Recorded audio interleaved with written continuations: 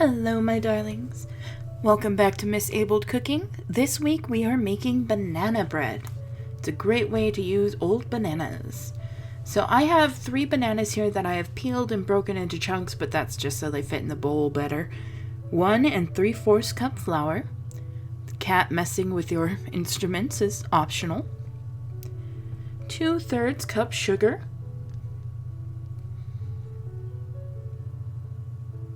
You're gonna need 1 1/4 teaspoon baking powder, 1/2 teaspoon of baking soda, and 3/4 teaspoon salt. 2 tablespoons of milk. 2 eggs.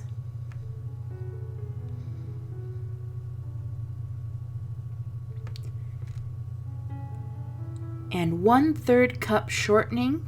I use the shortening that's in sticks that you just cut the amount you need. And so I'm just going to mix the dry ingredients together. That is the flour, baking soda, baking powder, and salt. Just use a fork to integrate it. Sorry for the little air pocket there. To integrate it together, that just means it will distribute more evenly when we add it to the end of mixture. And an easy way to mash up your bananas is just throw them in the mixer before you mix anything else in it. Today's attendant is San. I've been jokingly thinking about changing the name of this channel to Cooking with Cat with how often she likes to make an appearance, but I worry that people will get the wrong idea. So we don't want that. Anyways, so I just used the paddle, got it all mixed up, and that's a quick, easy way to break up those bananas so that you don't have to do it by hand.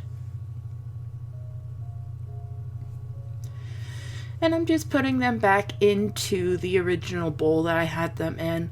This yielded about 1.5 to 2, more like 1.5. No, yeah, about 1.5 cups. I didn't actually measure the goop just because I didn't want to dirty another bowl or a measuring spoon, but I use about 1 to 2 cups of banana goop, if you wish, or about 3 bananas worth. The more goop you use, like, you don't want to go more than 2 cups of goop, but it helps to keep the banana bread moist. At least 1 cup, though. You don't go under 1 cup. So I'm putting the shortening and the sugar into the mixer now that I have the banana goop cleaned out. I just used a spatula. It doesn't have to be precise. And I'm mixing those in together well. You want to have those well incorporated because the sugar granules will punch air pockets into the whatever fat you're using. This is for any baking you're doing. If you're going to do the creaming method, then you want to let that go for a long time. Or a good amount of time until everything's well incorporated and you have more air in the fat that you're using. At this point, it's the shortening. Once that's well integrated, and I'm not even going to try. It's been a week.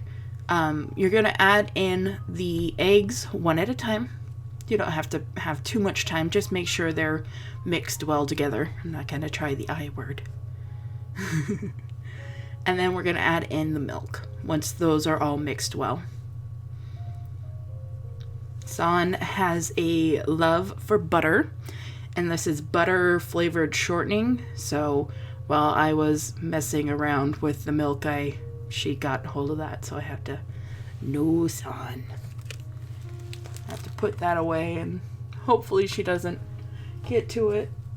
Silly cats, right?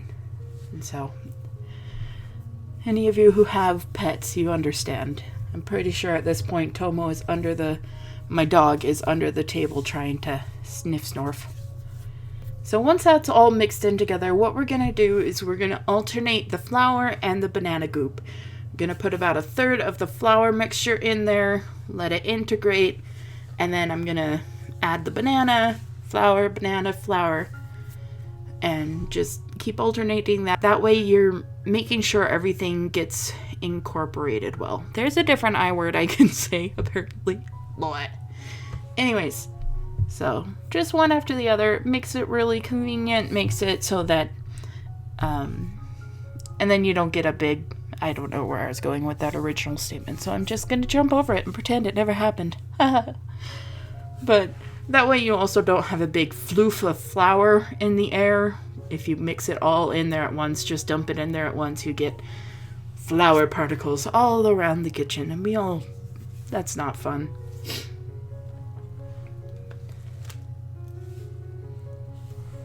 And then just gonna continue mixing here.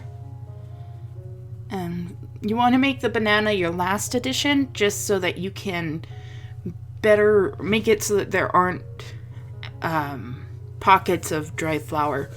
Adding in the banana, like if you add in the flour last, it doesn't mix as well sometimes, and you get pockets of dry flour, and you don't want that. San isn't too keen on the banana bowl. And then we're just going to let this mix for a little bit, just long enough that you don't see any distinct amounts of anything. Everything's well incorporated. This recipe will either make one big loaf or 2 little loaves, whichever you choose.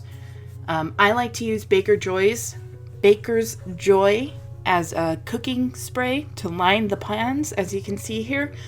It has a little bit of flour incorporated in with it, and so it makes taking baked goods like cake and whatnot out of the pan so much easier. That extra little flour helps. And then just dump this out. I'm going to do the 2 small bread pans and just divide the mixture evenly into the 2 pans.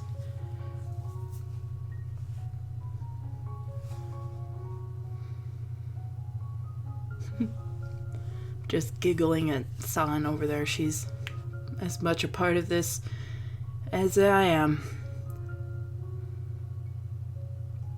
And then I don't like to waste, so I scrape the bowl pretty well, but that's optional. Once you've got it evenly mixed, just smooth the top. It generally will self-level, but just I like to smooth the top as much as I possibly can to make it level. Let's go ahead and bake this. We are baking it at 350 for 60 to about 70 minutes. If you're doing the small ones, check them after 40. I wanted to say thank you so much for watching. Thank you for your continued support. Please like, comment, and subscribe. And as always, love you.